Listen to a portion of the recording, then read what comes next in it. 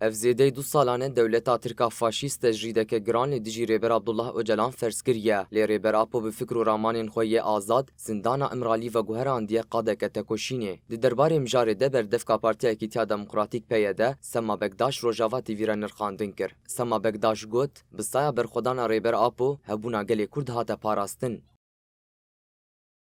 خدانا ریبر اپو یا گو راستی اف 25 سالن برانبری همو بیپیوانین دوری اخلاقی مروواهی ناو نتوی و بن تجریدك حري جراند بر خدانك ديروكي آري بر آبوتي كرنج بروي أم وك بارتيا بهدي وي بر خداني بيروز دكن هروها أو بر خدان والصبرة مزنيا غوري بر آبو إيرود إمرالي دل بر خددي أو جي إيرو بويه چاندك جو أزبيجم الدنيا ودناف قالي كرد حمي چاندا بر خداني جبرم بيجن هجا إيرو قالي كرد خوازه أزادية خب دسخه هجا إيرو خوازه مافی خوب دسخه بگومان گرک البرخو بده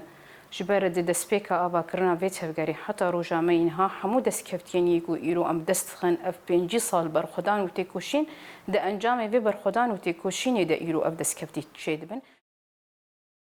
هروها سما بگداش تکس کرکو جبو پیکانینا آزادیا فیزیکیا ریبر عبدالله اوجلان دوی فکرین ریبر آپو باش بی ناس کرن و لسرانسری جیهانی بی بلاف کرن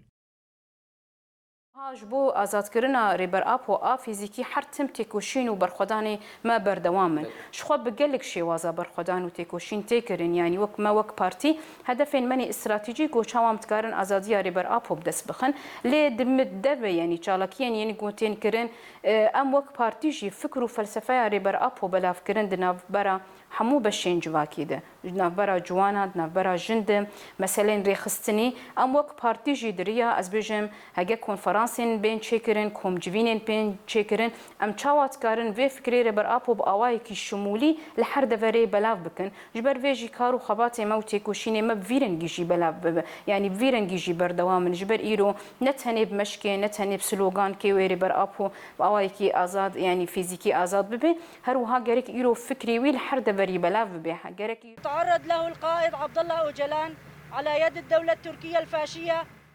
دو هجنین یکیتیا پارێزەران ئا هەرێما جەزیرێ و ئەندامên nivîzgeha jin a tevgera civaka demokratîk û kongrastar têkildarî tecrîda lê dijî rêber Abdullah Öcalan daxuyaniyek li pêş encumena dadmendiya civakî ya li bajarê Qamişlo dan. Di daxuyaniyê de eşkere kirin ku jin wê ji bo azadiya fîzîkiya rêber apo têkoşînê xurt bikin û dê têkildarî aliyên qanûnî yê rewşa rêber de wê li seranserî herêma cezîrê simîneran organîze bikin.